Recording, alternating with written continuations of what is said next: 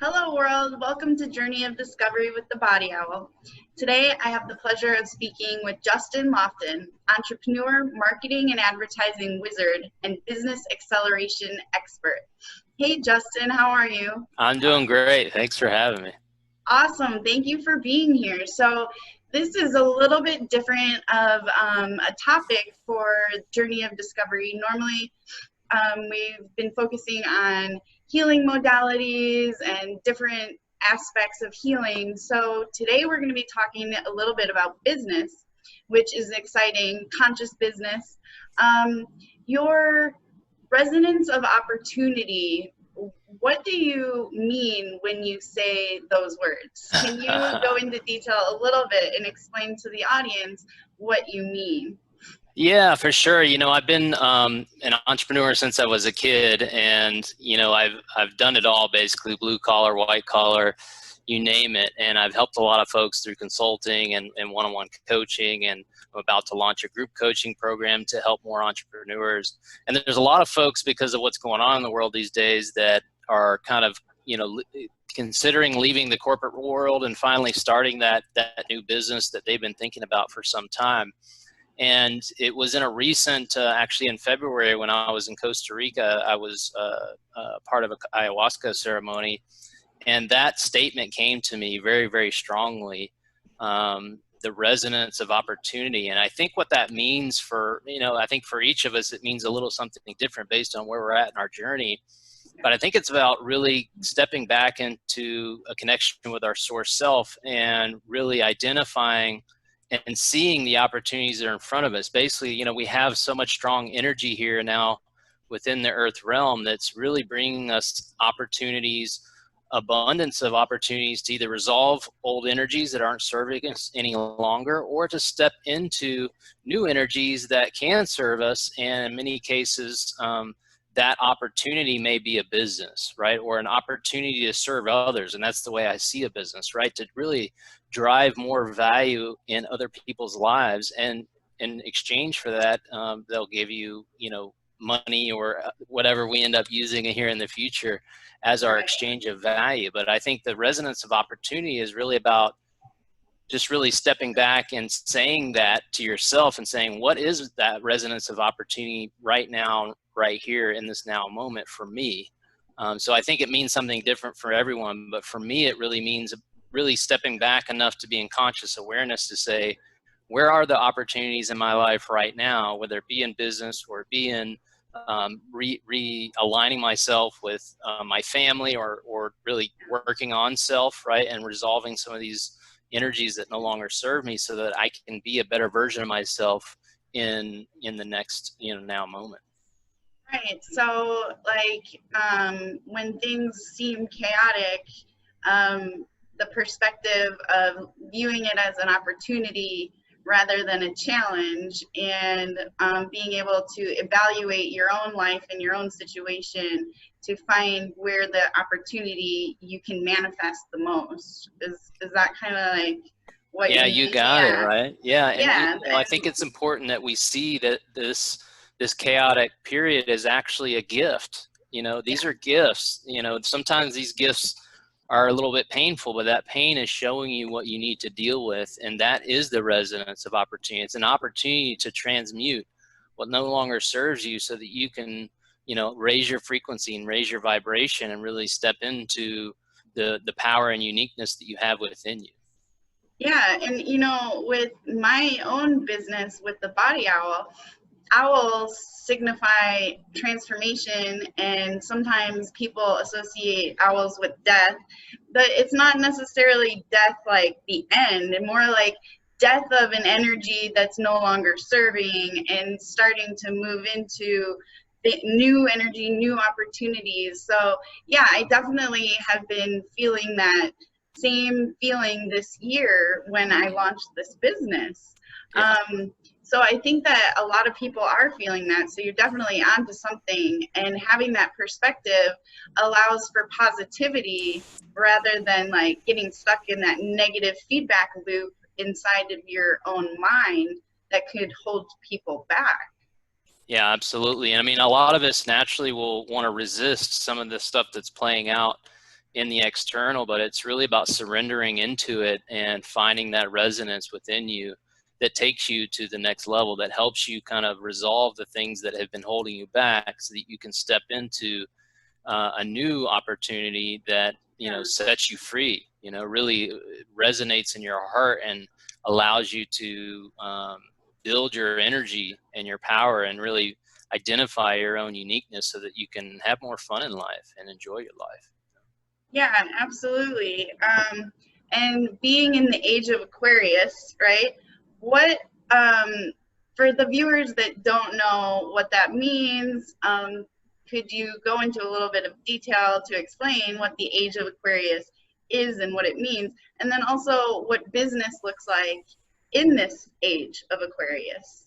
Yeah, great topic. And yeah, a lot of folks are kind of, they don't, you know, pay attention to astrology. They don't understand the cycles of this earth game that we're in, that we call life. And the beauty of it all is that we're leaving the dark ages, which is, you know, the age of Pisces was the last age of the dark ages of a 26,000 year cycle. And we just literally a few days ago crossed over in, you know, fully into the age of Aquarius, which is the golden ages. It's basically heaven on earth. We're leaving, you know, the age of materialism, right? The 3D dualistic reality into a reality that's about love and prosperity and really heaven on earth. And, you know, there are some folks that are still resonating in the old frequency, and they've been so deeply programmed by the systems in 3D that they think that that's all that exists, and they want to resist sort of that new energy that's flowing in. But for those that can kind of see it in conscious awareness, can see, you know, the new things that are playing out, and that a lot of the things that are playing out across the world are just a part of this transition into out of the old materialistic world and into a world that's more about spirituality, knowing our true selves, knowing that, you know, we're not just a meat suit that's going to fall into a 6-foot hole when we die, that this is a journey for the soul so that we can experience it and enjoy this journey. And really, we're moving into the age of Aquarius now. And so every day new energy is flowing into the Earth system. So just like you said earlier, it's sort of like we're finishing a chapter, or we're actually finishing the game and starting a new game. Right? It's a new game that's not in the dualistic energies, even though we're still seeing that polarity still play out. We have an opportunity to step into that new resonance and really shine and really step into a world of love and appreciation and compassion and forgiveness and gratitude for all things. And that world for everyone, and in general with business, I mean, we were born entrepreneurs. Every child was born into an opportunity to try and help others. I mean, that really, at the end of the day, that's what entrepreneurship is about finding ways to solve problems that others are having. And in that process, you know, there's an exchange of energy. And in this case, for the time being, it's been money, right? Right. That's why I call it currency. It's running a current between two parties that are exchanging some value. And I think that as we move forward and we, you know, get further along the timeline here, we're moving closer and closer into the age of Aquarius, that we're going to see that new money coming out. We're going to see a money, you know, we're going to move away from fiat money and move back to a gold-backed standard money. We're going to probably see, you know, other types of exchanges, getting back to more barter, more other types of energetic exchanges, because once you get to a place in that deepest resonance where you realize that you were just another version of me, so when I give you something, I know it's going to come back to me, right? Absolutely. So that's where all this is headed. And so there's a lot of changes on the horizon, but I do see that there will probably be some overlap between, you know, the current fiat system having an overlap with new money being printed that is actually backed by gold, and that gold is going to be owned by the people. It's no longer going to be controlled by you know, different governments or entities, or, you know, the Queen or the Vatican or whatever. None of that's going to play out anymore. So when we talk about this, and I have been thinking about this a lot recently, especially this week, the illusion that people have had that money is like its own entity or currency, and that illusion of money itself rather than that exchange of energy like you're talking about. And that's kind of like fading away. And I've also been thinking about the idea behind the monetary system and how it may have depreciated the sense of community that we have, or we used to have in the first place, because bartering is no longer necessary for people in the world we've been living in. You can live in an area and literally never have to deal with the people in your local area. You can order things online, you can order from anywhere around the world, and globalization was really helpful for a lot of things, you know, diffusion of culture and knowledge and things like that. But I think one of the things that was a struggle for people was that things became so easy to just order, and that human interaction and that sense of community got lost over time, right? And this new age, to me, feels like we might go back to trading services and having a better interaction with each other on a human level, right? And getting rid of those illusions that it's not a transfer, like that it actually is a transfer of energy, and then it's not just a monetary system where you do something for money so you can spend money. It's all connected, and we are literally transferring energy. So I have been thinking a lot about this. And what do you think about how do you think the monetary system, do you feel like it may have depreciated human interaction and sense of community over time? No, tremendously, absolutely. I mean, I've been in the internet business world, and I was a computer systems engineer for years, and so I built networks all over the world. And I saw how, you know, that computer era was very enticing, because it allowed us to, you know, create repetition with computers that could really remove a lot of the monotonous stuff that humans did that seemed like really a waste of time for humans, and much of it was, right? Okay, much of it was. Automating processes make things more efficient, but it also dehumanizes and takes away that human interaction and that human factor that can actually, I think, cause people to feel isolated and also a little bit more hostile towards each other, because they're lacking that human interaction.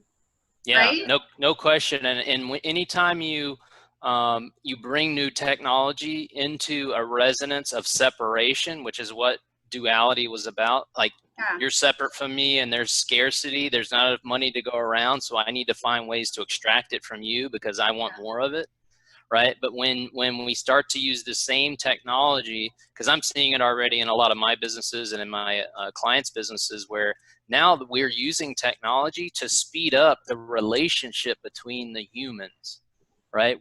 You know, a website, people don't buy from websites, they buy from people.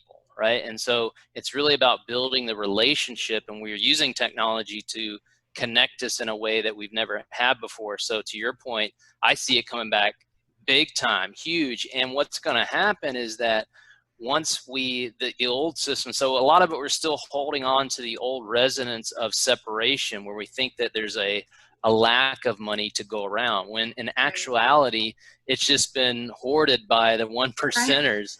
And once that gets redistributed to the people, then there'll be so much abundance that, you know, you'll feel like it won't even be work anymore. You'll be doing things that just fill your heart with joy, because there's going to be so much abundance for everybody that it's like you're not doing it for the actual to pay your bills. That's going to be completely covered and paid for. And a lot of these things that we do pay for are going to become things that are free for us. That have always been owned by the people, but for some reason we were made to pay for. Yeah, and so in your experience and your view, your perspective, do you see things being played out regionally at all? Or, you know, my master's degree is in GIS. I'm a geography nerd, mapping nerd. So in my experience, I'm used to dealing with data like relational databases with geographic locations attached, so I can analyze data not only with statistics but with geographic location, right? Uh-huh. So being able to see diffusion play out and different things like that. So I'm wondering, because I'm from Chicago, and so a lot of my friends are from Chicago, and I see, like, I don't know if it's just the people that I know, or if it's regionally, possibly some larger populations in certain areas are stuck in this 3D world or 3D thinking. Have you seen this at all? I know this is kind of random, but No, it's not at all, actually. I'm glad you brought it up because okay. I've been, I grew up in Atlanta, but I lived in California, Southern California, for over 20 years. And even just recently, I was down at Paradise Cove, which is in Malibu, California. Absolutely gorgeous, absolutely beautiful there. Yeah. And my friend and I were both like, there's still an energy here that's just horrible. Like, it's just, as miraculous as this is on Earth, there is an energy here that just is not serving the people. And you see that in every major city, actually. And obviously, we were not in a major city. We were in Malibu, which is outside of Los Angeles. But the energy is so strong in some of these cities that it pushes out into areas that go beyond that city. So, I mean, that's what you're seeing, is that these cities are sort of locked in that frequency. And that's the reason they really exist, why these cities were built, to really stack people on top of each other, so that we're not really in our natural element, which then naturally lowers our frequency. Yeah, absolutely. So I'm always encouraging people to go outside. I've done a lot of research on different practices, earthing practices, and the benefits of being around natural water with negative ions. So basically a lot of shamanic principles, right?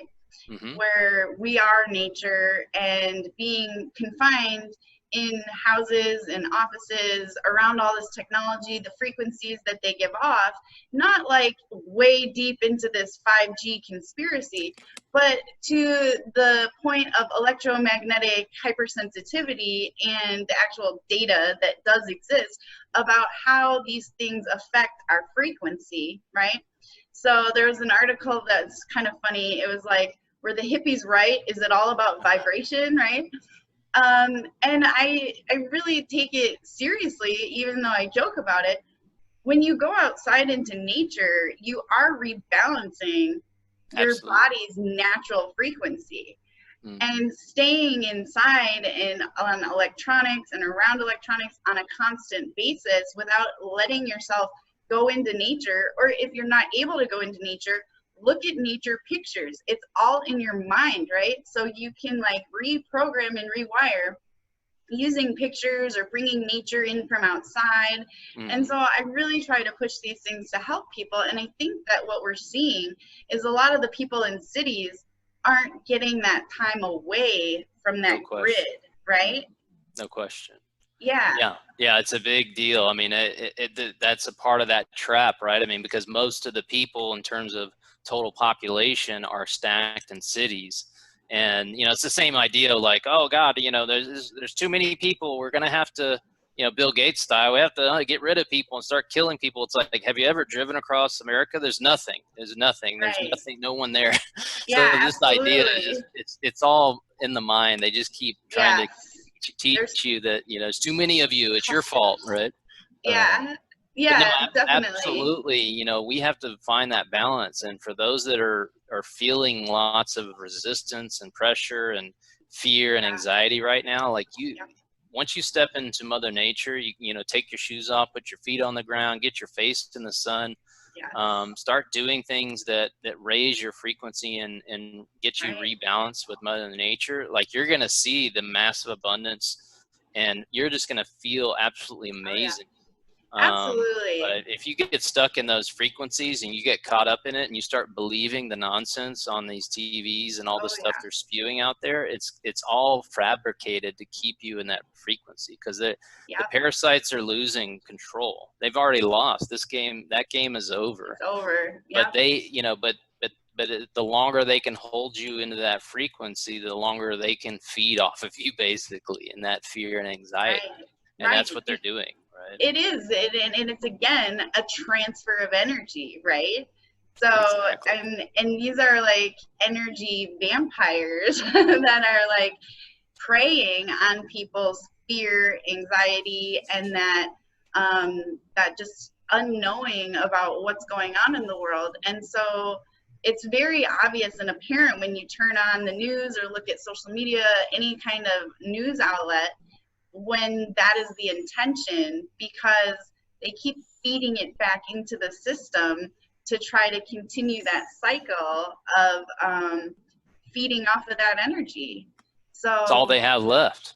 It's all they have left. They're going to throw out they're going to pull out all stops right now, you know. Absolutely. They're going to do everything they can. They want you to cover your mouth so that, you know, people can't see your expression. They're just getting you to fall for their little traps, and a lot of people are. And for somebody like me, I read lips a lot when I talk to people, like even in person. And it's not that I really have a hearing problem, but I have such like really good senses, and I'm sensing so many things at one time that to really focus when I talk to people, I look at people's mouths.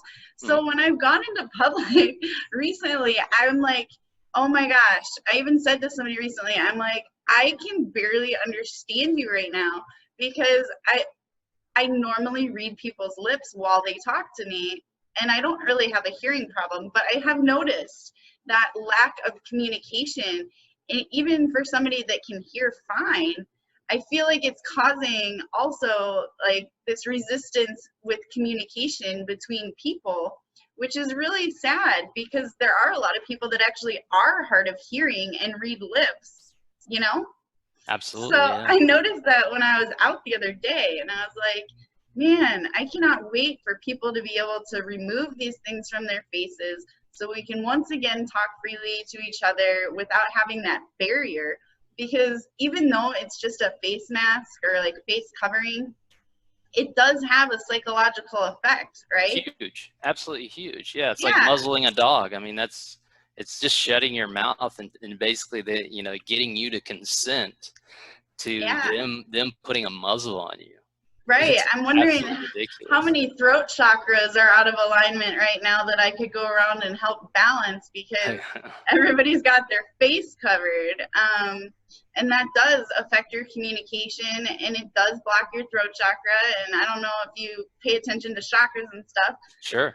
But when you have a blocked throat chakra, it can manifest in physical problems or whatever. And so one of the things I do is energy work for people, and working on the throat chakra is something that I have been doing for people because they've had misalignment, and I have to like put two and two together and think that like covering the mouth and has something to do with it, you know? No question. I mean, like you said, I mean, it's largely psychological, but just like you said, the energetics of being able to communicate with somebody else, blocking the mouth is just, and even the nose, right? It's like, it's just it's taking the life out of you basically. And on top of that, they're spewing this, fear-based information in your mind if you're falling for that.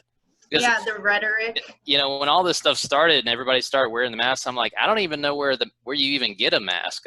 Where are these masks appearing? I don't even know how you get one until recently, where they were passing them out the store, and it just shows you that the people wearing the masks are largely people that watch TV and believe what they're being told.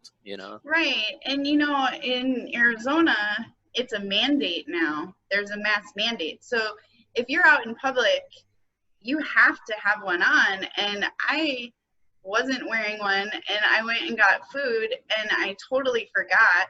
And they actually asked me to go out to my car because they asked me if I had one, and I said, I think I have one in my car.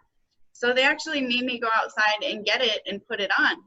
And even wearing it for 10 minutes, I don't know how people are wearing these all day long, right? I mean, it's so insane. My choice is to be by myself outside in nature or be at home right now, really, because I don't want to cover my face. I don't want to throw my chakras out of alignment. Right. I know that it's a choice, and it still is affecting my daily life, right? Because normally I would go out and do stuff. And so I really look forward to the day, and I know it will be relatively soon, where we're unveiling just like the world, right? The veil has been lifted in the world. Pretty soon the veil is going to be lifted from us. I'm excited for that day, yeah, because it hurts me in my heart to see folks walking around and really falling for this trap. And I'm not here to say that COVID doesn't exist or that people aren't being harmed by it. I've talked specifically to people that have. But the idea that these masks are doing anything, it's like putting up a chain link fence and saying that you're going to keep mosquitoes out with it. It's just ridiculous. Right. The fact that you think that viruses can't pass through these paper masks is just ridiculous. Right, and it's so silly because they've already said that the type of masks most people are using, and I have experienced they don't work, right? You need an N95 mask, and I've been fitted for one when I worked in the hospital. So I have experience working in the emergency room, trauma, NICU, ICU. We've done all sorts of things within the hospital. And when I got fitted for one of those things, if you've never tried one on, they fit you for it, they measure your face, and they suction to your face. Literally, things are not going in and out of like the sides. Right. So in a situation where you can wear an N95 mask or something similar, sure, it might help protect you. I can understand that. And you know, the research is out on both sides. So like, I can't really say what's happening because the research is all over the place right now, right? So coming from a data analytics standpoint, how does one, even an experienced analyzer of data, you know, I definitely have confidence in my abilities to analyze data, and I cannot analyze this data properly because it's literally all over the place, right? Right. So you gotta go with intuition, right? Exactly. It's much more powerful anyway, right? Absolutely is. And I think the part that hurts my heart the most is seeing the conflict that it's causing between people. So the people that are living in fear, that feel that the masks are doing something, and they are so hell-bent on making sure everybody wears one. And I know it comes from a place of love, right? Sure. And some fear, probably. But like from love, they want to feel safe. They want everybody else to feel safe. They don't want to see people getting sick, and I appreciate their efforts. And then there's the other side, the people that are like, you can't put a mask on me, right? And they want to stand up for their rights and say, hey, this is ridiculous. The conflict between these two groups is the part that hurts my heart the most, because all of these people are coming from a place of love, and the message and energy is getting confused in translation between the two sides. So that's where the system likes that. Yeah, right? That's where I really hope to see some improvement. Okay, I think we will. When it comes to the quantum shift in energy and consciousness, how can people make that shift in energy and consciousness from your perspective? I mean, I've done a lot of, I've done everything you can imagine, but between water fasts and, infrared sauna and all kinds of tools over the years to really try and unlock it. And a part of it, a lot of these tools are largely to sort of undo a lot of the damage that we've done to our bodies, which is an instrument or a gift or a vessel that we've been given in this game. So you have to kind of unravel the things that were done to us by choice and things that were, put in our water, like fluoride, these types of things, and the toothpaste, all this stuff. So, from my perspective, the easiest way for folks to make a tremendous jump in their energy levels is to go on a fruit juice feast or fast, a solid food vacation where you're just drinking fresh squeezed juice And it just absolutely cleans out the body super rapidly. You feel absolutely amazing. It's delicious. You're never hungry, and your consciousness just explodes open, and you start to see through conscious awareness the reality that you're in, and the opportunity, that resonance of opportunity to start making better choices for yourself, because most of us have not made very good choices up until now, both with what we put in our bodies and also what we think is real and believe, and in a lot of the external world, and thinking that the external world is going to solve our problems in some way, when in reality everything is a reflection of what's inside of us. And the sooner we can clean out the inside, both physically and in the mind, the sooner we can see that beautiful Age of Aquarius resonance that we've been talking about. Yeah, absolutely. So with consciousness and expanding consciousness, I really like to kind of push the natural ways without substances. You know, people can do these things naturally. They don't need to use any sort of substance to expand their mind, because it can be done naturally, with really focusing on your inputs, right? So not just food, and I totally agree, let food be thy medicine and medicine be thy food. Hippocrates, one of my favorites. Love it. What we put in our body is fuel, and that is what we're burning is. And if it's efficient, we are more efficient creatures. So absolutely. But I think oftentimes people forget about the other sensory input, right? So what music are you listening to? What are you watching on TV? What is on your Facebook feed and your Instagram feed, right? So if you clean house and you clean your life up, and you pay attention to literally all the sensory inputs that your body is taking in, I think that all works together. And doing like a fast or something like that, a juice diet, combination of things, but really paying attention to like every single input that you have, right? Yeah, no question. Changed yours? Like, yeah. Have you noticed that? Oh yeah. So I mean, and the really what's interesting, because I started doing a lot of cleansing and work, and really using these tools, and I'll tell you about more of those, kind of more in a linear fashion, because that was how we all thought we had to do things. Like, okay, we take this step, then we're going to go to take this step, then we'll take that step, right? Very left brain, masculine, linear strategies, right? And we've done that with diets and other things, right? Workout regimens and but really what I try and do is help people go quantum now, right? We can move into the right brain. We can move into that creative feminine energy, and really tap into a multitude of ways to raise consciousness and to change exactly what you said, the things that are coming into the various senses of the body: sun gazing, sunbathing, drinking structured water, fruit juicing, infrared sauna. There's so many ways to exponentially grow your energy, because I think we've sort of been trained to believe that we should be going nonstop until our head hits the pillow every night and we're exhausted. Like, no, that's not actually how this is supposed to work. You're supposed to be building your energy, and then not letting your emotions drain your energy. That's how they feed off of us. They create all these emotions. They get us attached to things, right?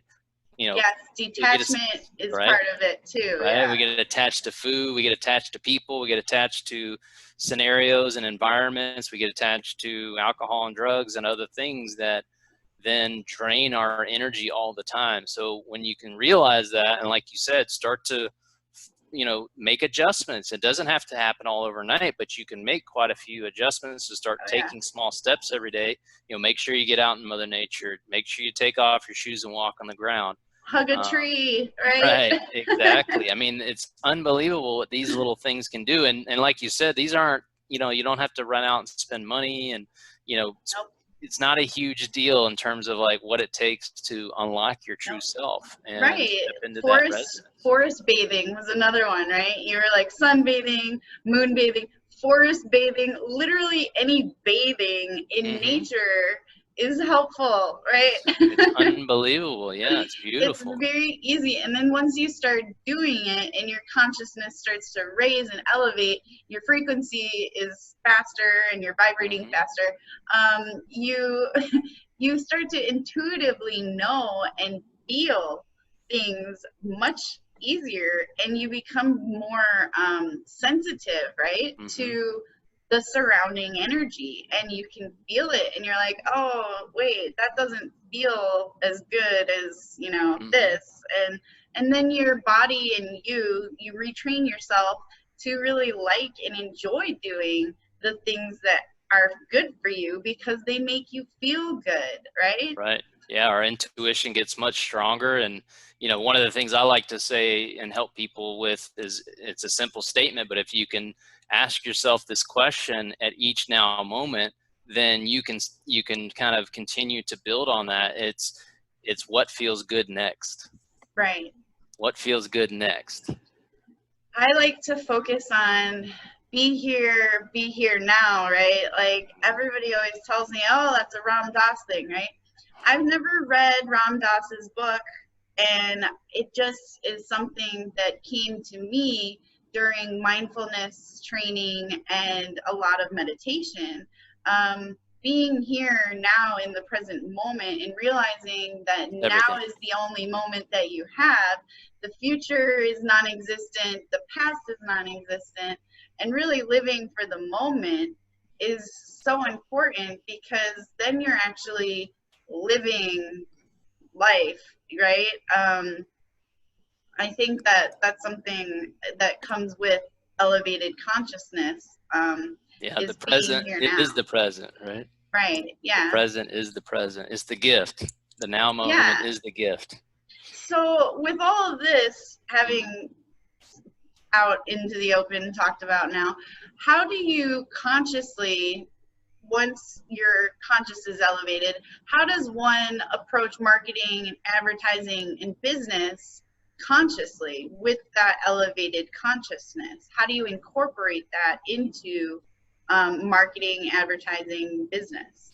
Yeah, it's a great question. I call it the new code of business in the age of Aquarius. And it's really about staying in that resonance of knowing that it's about delivering more value to your marketplace. I think for so long, business owners, and I personally got in the same trap of materialism, where you kind of start a business to solve a problem, and you have good a skill set that you can bring to a marketplace, and you're kind of excited by the idea of being able to step in and bring value to people's lives. But then it quickly switches to, how can I make more profits, because I'm chasing material things. And a lot of entrepreneurs, including myself, got caught into that trap. And what really that trap does is actually create scarcity as an entrepreneur. So what you want to do is really resonate in the idea of, well, I just want to continue to explore how I can bring more value to my marketplace, because I know that there's so much abundance that's going to come back to me by focusing on that. And you know, there's certainly, depending on who you're targeting in your marketing, yeah, you're going to have to go and speak to them at their frequency in order for them, because, you know, especially if you're in some of the spaces that you and I are, it's like you can't speak to them up here. That the people you're trying to help are down here, so they're not going to understand the language down up here. You have to speak in the marketing language that they will understand, so that you can bring them up to where you're taking them, right? Right, yeah, and somebody just recently in a previous interview described that as being like the blanket of consciousness, and the people that have elevated consciousness are like little things picked up under the blanket, right? And then the more of them that there are, the whole blanket comes up, and that's when we find the entire planet is in like an altered state, not altered, but elevated state of consciousness.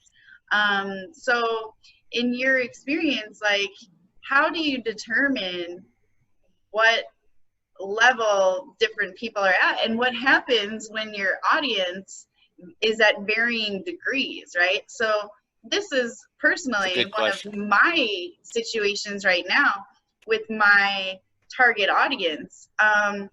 people are all over the place. Some people have very elevated levels of conscious awareness, and some people are vibrating at a much like slower frequency, a lower frequency. So how do you target everyone all at the same time when everybody's at varying stages? Yeah, I mean, I think it's really, you know, which has been in traditional business for a long time. It's really identifying those avatars. And, you know, I think in the past it's been, you know, the avatar has been based on demographics or geographics.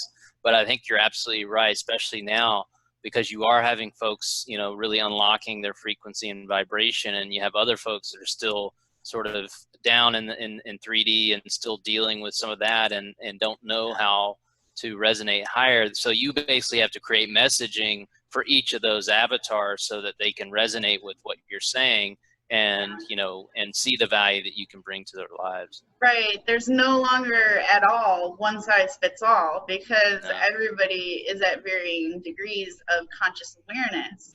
Yeah. So that can really complicate advertising and marketing for people that have a broad audience, right? It can. I mean, even for myself with the launch of my business transformation experience Mastermind, which is a group coaching program, you know, I kind of keep the messaging at, hey, you know, work less, live more, right? It's very basic, but a simple idea. And then I do use some language on the page that describes the Mastermind that would resonate with those that I know are in a place where they want to make the shift, and yeah, of course they want to make money and they want to bring abundance into their life for their family, but they are not just after the money. They're after something much, much greater in providing value to their marketplace. And I use some of that language to make sure that I'm attracting that particular person into my group. Right. Okay. So similarly to what we're talking about, business acceleration in an increasingly conscious world was the question that I was planning on asking you, and we're kind of talking about it now. So, but the business acceleration side of it, can you explain how that will work in a world that's becoming more and more consciously aware? Yeah, I mean, you know, one of the things about my process, I have what I call the business acceleration lifecycle that I've developed over the last 13 years or so.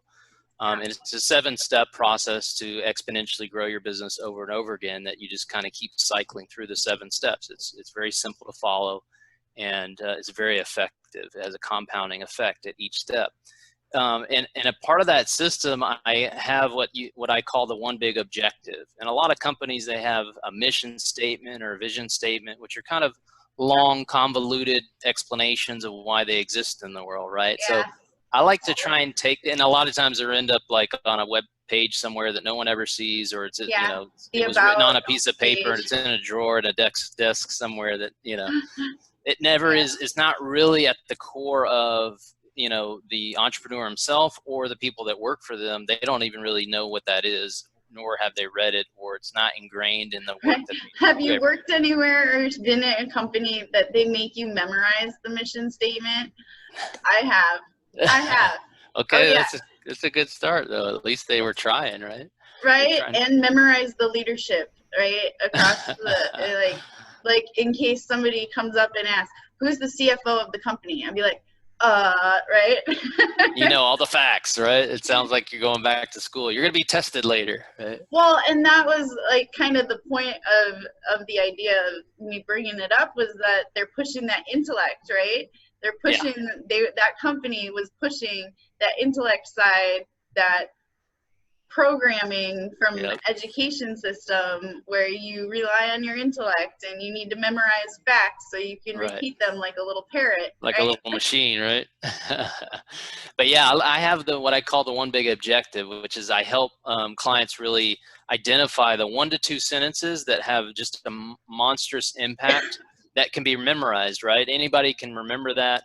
It's something you would put on the wall, something you would, you know, keep in front of you all the time, both for your team and for yourself, so that you really know why you're here, why you exist in the marketplace. And, you know, it'd be something that you could make a statement and 10 years later, even if you completely change the products and services that you offer, that message would still resonate. So I try and help folks really create that one big objective, so that the decisions you make every day, it's an easy yes, no. It either fits the one big objective or it doesn't. Because a lot of times entrepreneurs, they see like, oh, there's this new technology, let's check that out. That's our new shiny object that we're going to chase after.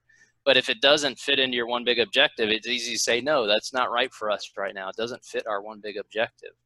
And that really helps, keep that core focus and not get trapped into shiny objects or profits or these things. It's, hey, what are we actually accomplishing our one big objective? Are we taking steps consistently over time to reach more people in our market and bring value to their lives? That's really the core of the one big objective, which helps. It's kind of the compass that guides the company in the right direction, and everybody, since it's such a simple statement, everybody can follow that, Yeah.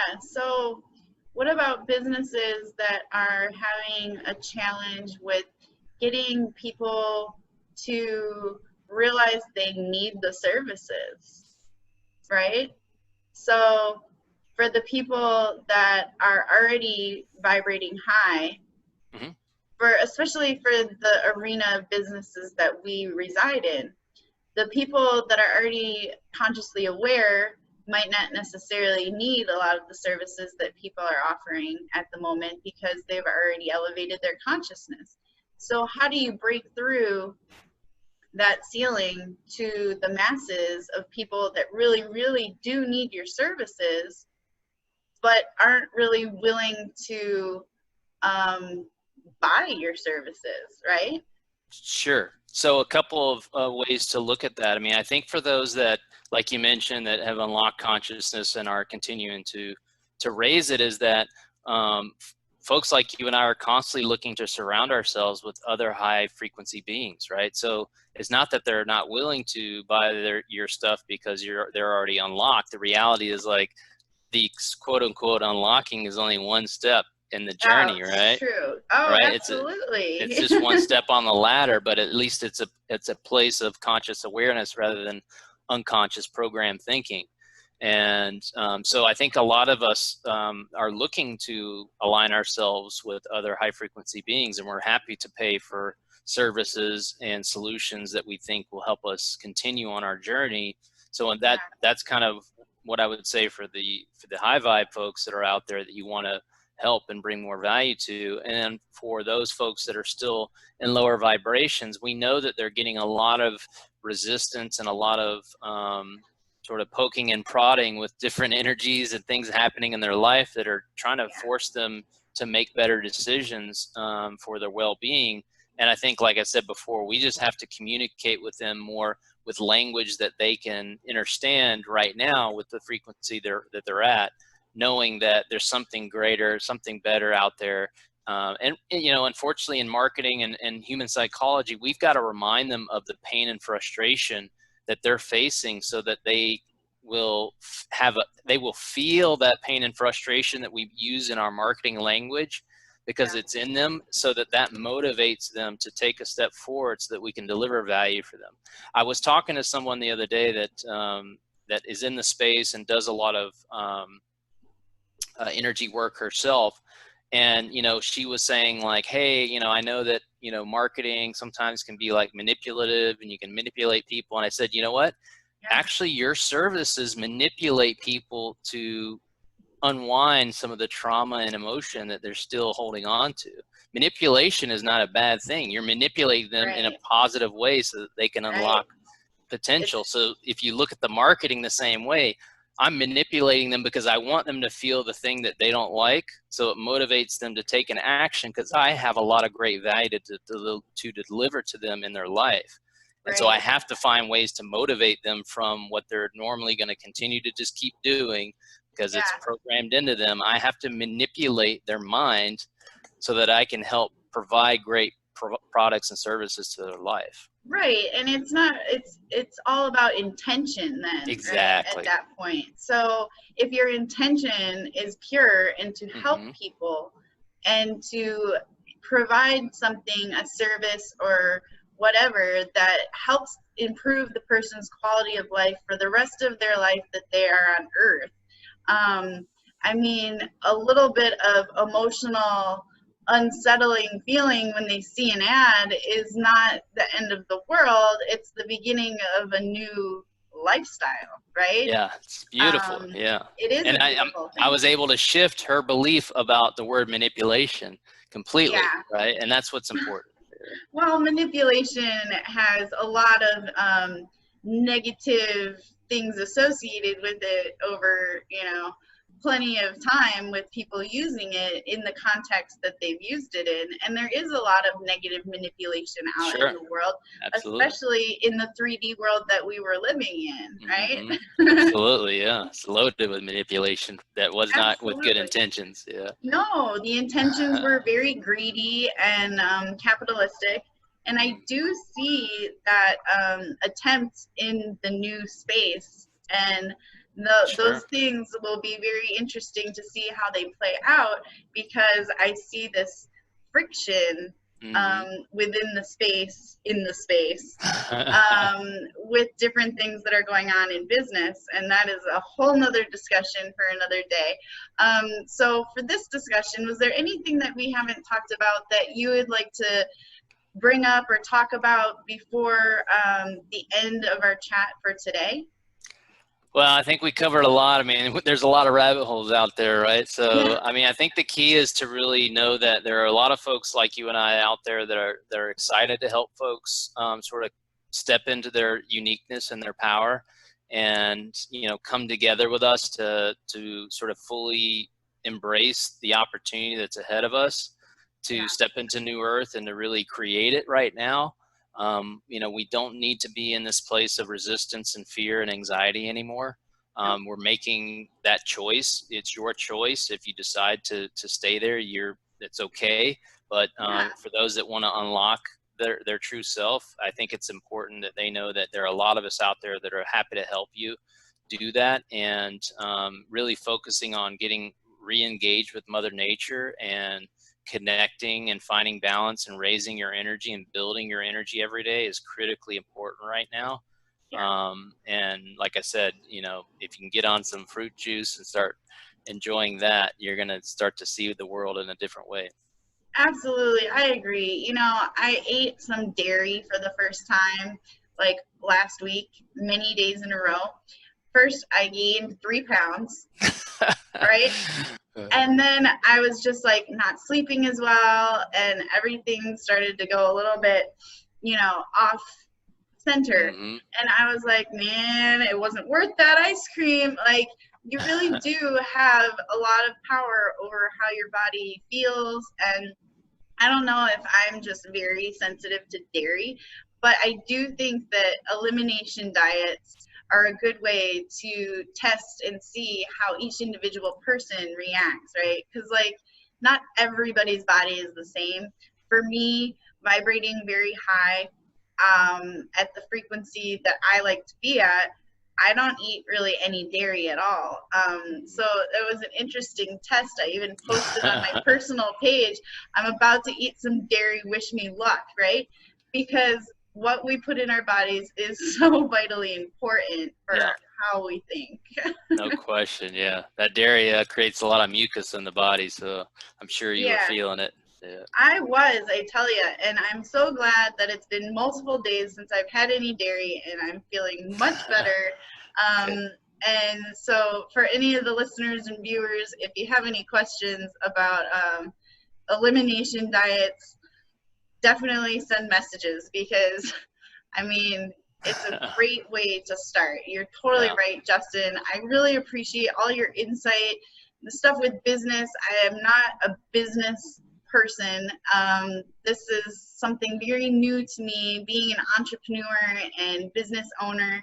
So I very much appreciate your insight, and I'm sure a lot of the listeners and viewers are going through similar situations and very much appreciate your insight as well. Yeah, no, and I'm excited to help anybody. So if you're interested in, or you know, if you're an entrepreneur, a business leader, or you're considering starting a new business, you can join my free Facebook group. It's called Business Secrets, Business Acceleration Secrets. And I do have my upcoming group Mastermind that I'm launching, Business Transformation Experience. And you can check that out at bte.life. And again, I'm super excited to help entrepreneurs truly unlock their potential and their uniqueness and help them exponentially grow their business. Great. So thank you so much. I'll post all the links down here in the comment section, or not the comments. I don't know why I always say that. The description section of the video. And if you're listening on the podcast, it is in the description of the podcast, all the links to find Justin's awesome information and to get in on his free offers to help you grow your business. So sending love and positive vibes from the Body Owl. Thank you all so much.